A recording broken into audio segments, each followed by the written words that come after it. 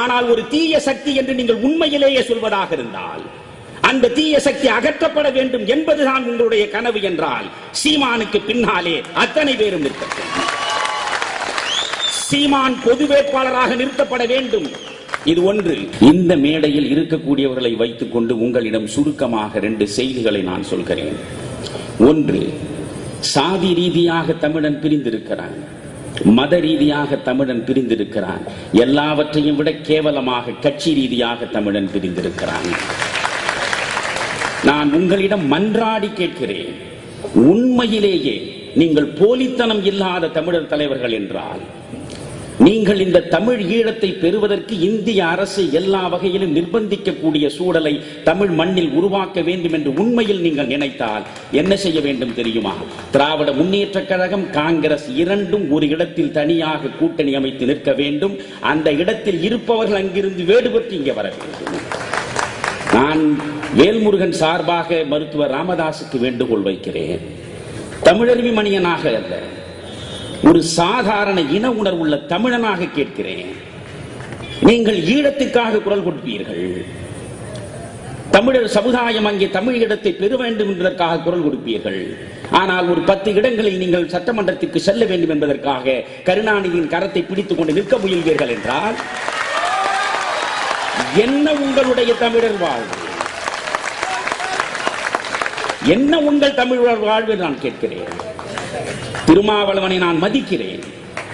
தலித்துகளுடைய எழுச்சி மிக்க சக்தியாக திருமாவளவன் இன்னும் வளர வேண்டும் என்று நான் ஆசீர்வதிக்கிறேன். ஆனால் திருமாவளவனுடைய மனச்சான்றை பார்த்து கேட்கிறேன்.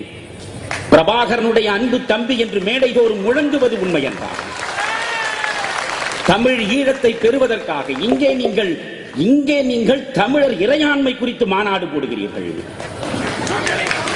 தமிழர் இறையாண்மை குறித்து மாநாடு போடுகிற நீங்கள் காங்கிரசின் பக்கத்திலே கைகோர்த்து நின்றபடி எந்த இறையாண்மையை காக்க புறப்பட்டிருக்கிறீர்கள்? எந்த இறையாண்மையை காக்க புறப்பட்டிருக்கிறீர்கள் கேட்கிறேன் நான். கேவலம் ஒரு நாடாளுமன்ற உறுப்பினர் பதவியில் என்ன கண்டுவிட்டீர்கள்? நண்பர்களை, இவற்றையெல்லாம் சகித்துக் கொள்ள எனக்கு ஆகவில்லை. ஆனால் கேட்டுக்கொண்டிருக்கிறோமே. நாம் அம்பேத்கருடைய பெயரை சொல்ல வேண்டும் என்றால் அடிப்படையான ஒரு தகுதி வேண்டும். என்ன தெரியுமா? சமரசம் இல்லாத வாழ்வு. சமரசம் இல்லாத வாழ்வு. காந்தியடிகள் 18 முறை உண்ணாவிரதம் இருந்தார் இந்த மண்ணில். 18 முறை காந்தி உண்ணாவிரதம் இருந்தார். உங்களுக்கு காந்தியை பிடிக்கிறதோ இல்லையோ அது வேறு கதை. ஆனால் காந்தி உண்ணாவிரதம் இருக்கிற பொழுதெல்லாம் ஒரு கோரிக்கையை முன்னே வைத்து உண்ணாவிரதம் இருப்பார். ஒன்று கோரிக்கை நிறைவேற வேண்டும் அல்லது செத்து மடிய வேண்டும். பேருக்கு உண்ணாவிரதம் இருந்துவிட்டு 5 நாட்களுக்கு பிறகு முடித்துக் கொள்ளுகிற உண்ணாவிரதத்தை காந்தி இந்த மண்ணுக்கு காட்டவே இல்லை. அப்படித்தான் திலீபனை சொல்லுங்கள். திலீபன் இருக்கிற திசை நோக்கி தொழுங்கள். திலீபனை நினைந்து பாருங்கள். நான் சொல்வது அதுதான். நீங்கள் காந்தியடிகள், இன்றைக்கு நீங்கள் பூனா ஒப்பந்தம் குறித்து பேசுகிறீர்கள். தலித்துகளுக்கு விரோதியாக மகாத்மா காந்தியை காட்டுவதற்கு முனைகிற ஒவ்வொரு தலித்து தலைவரும் பூனா ஒப்பந்தம் பற்றி பேசுவார்கள்.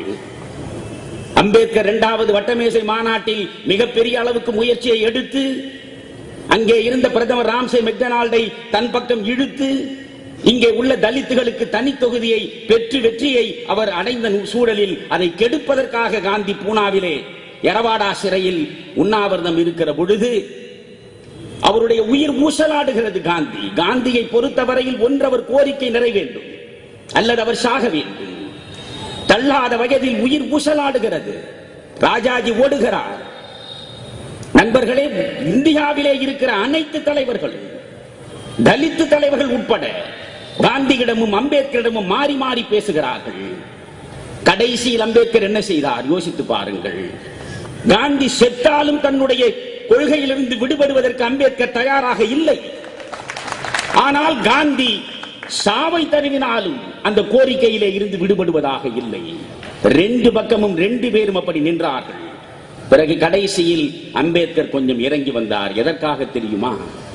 காந்தி என்கிற மனிதனின் உயிரை காப்பாற்ற வேண்டும் என்பதற்காக அல்ல.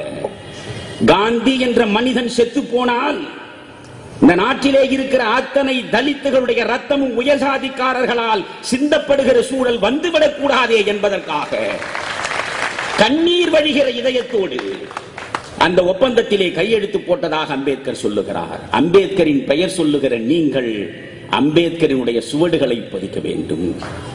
அம்பேத்கர் காந்தியோட சமரசம் செய்யவில்லையே, மகாத்மா காந்தியோட அம்பேத்கர் சமரசம் செய்யவில்லை, நீங்கள் சோனியா காந்தியோட சமரசம் செய்து கொள்கிறீர்களே.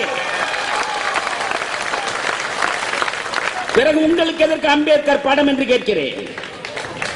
நீங்கள் பிரபாகரனை பற்றி பேசுவது உண்மை என்றால், தமிழ் ஈழம்தான் உங்களுடைய தாகம் என்றால், இந்த தமிழ்நாட்டில் முதலில் நீங்கள் செய்ய வேண்டிய காரியம், கோபாலபுரத்திலே நீங்கள் குழம்பிக் கொண்டிருக்கிறீர்களே, அந்த கலைஞர் கருணாநிதியின் கரத்தை விட்டு வெளியே வாருங்கள். சீமானிடம் நான் தெளிவாகவே சொன்னேன், தெரிந்தோ தெரியாமலோ சிறையிலே இருந்து வந்த அடுத்த கணமே நீங்கள் ஒரு வார்த்தை வழங்கி இருக்கிறீர்கள். அது தெய்வமே, எனக்கு தெய்வ நம்பிக்கை உண்டு, தெய்வமே உங்கள் மூலம் தந்ததாக நான் நினைக்கிறேன். முதல்வர் தமிழகத்தில் எந்த இடத்தில் இருக்கிறாரோ அங்கே நான் நிற்பேன். நான் சீமானிடம் சொன்னேன், இது வெறும் வார்த்தையாக காற்றிலே கலந்துவிடக் கூடாது. எங்கே கலைஞர் நிற்கிறாரோ தெளிவான விஷயம். காரணம் நண்பர்களே, போர்க்களத்தில் எதிரி யார் என்பது தெளிவாக இருக்க வேண்டும். நெருக்கடியான நேரத்தில் தமிழ் சமுதாயத்தை காட்டிக் கொடுத்து விட்டு தன்னுடைய நாற்காலியை காப்பாற்றிக் கொண்ட மனிதர் அந்த பக்கம். அவருக்கு எதிராக எந்த நிலையிலும் எவ்வளவு சீரழிவை சந்தித்தாலும், எத்தனை சிறைச்சாலைக்கு போவதாக இருந்தாலும், எவ்வளவு இன்னல்கள் இருந்தாலும் இந்த இனத்திற்காக வாழ்வேன் என்று சொல்லுகிற மனிதன் மறுபக்கம். நில்லுங்கள். ஜெயலலிதாவுக்கும் இங்கிருந்து நான் ஒரு வேண்டுகோளை வைக்கிறேன். சீமான் நிற்பது என்று முடிவெடுத்து விட்ட பிறகு அந்த இடத்தில் வேறு எந்த மனிதனும் ஒரு வேட்பாளரை நிறுத்தக்கூடாது. நான் யாரையும் வன்மையான வார்த்தைகளால் பெய்து பேசுகிற வழக்கம் உடையவன் இல்லை.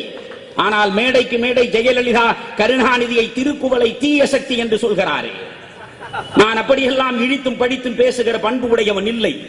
ஆனால் ஒரு தீய சக்தி என்று நீங்கள் உண்மையிலேயே சொல்வதாக இருந்தால், அந்த தீய சக்தி அகற்றப்பட வேண்டும் என்பதுதான் உங்களுடைய கனவு என்றால், சீமானுக்கு பின்னாலே அத்தனை பேரும் நிற்கட்டும்.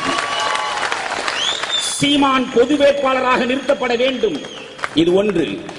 அடுத்து மிக முக்கியமானது, எனக்கு என்ன தெரியுமா, ஜெர்மனியினுடைய இரும்பு மனிதனாக போற்றப்பட்டவன் பிஸ்மார்க். பிஸ்மார்க் மிக தெளிவாக சொன்னான், one should not fight on two fronts என்று. ஒரே நேரத்தில் ரெண்டு எல்லைகளில் நின்று போரிடக்கூடாது என்றான்.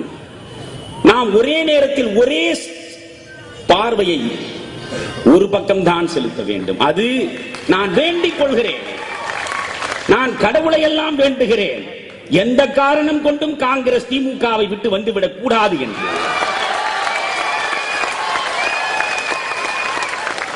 திராவிட முன்னேற்ற கழகமும் காங்கிரஸ் கட்சியும் ஒன்றாக கைகோர்த்து களத்திலே நிற்க வேண்டும். அது இன எதிர்ப்பு சக்தி என்பது தெளிவாக வேண்டும். அதற்கு எதிராக அனைத்து கட்சிகளும் நின்றால்தான் நீங்கள் தமிழர் குறித்து பேசுவதற்கான அடிப்படை தகுதி உள்ளவர்கள் என்று நான் சொல்லுவேன்.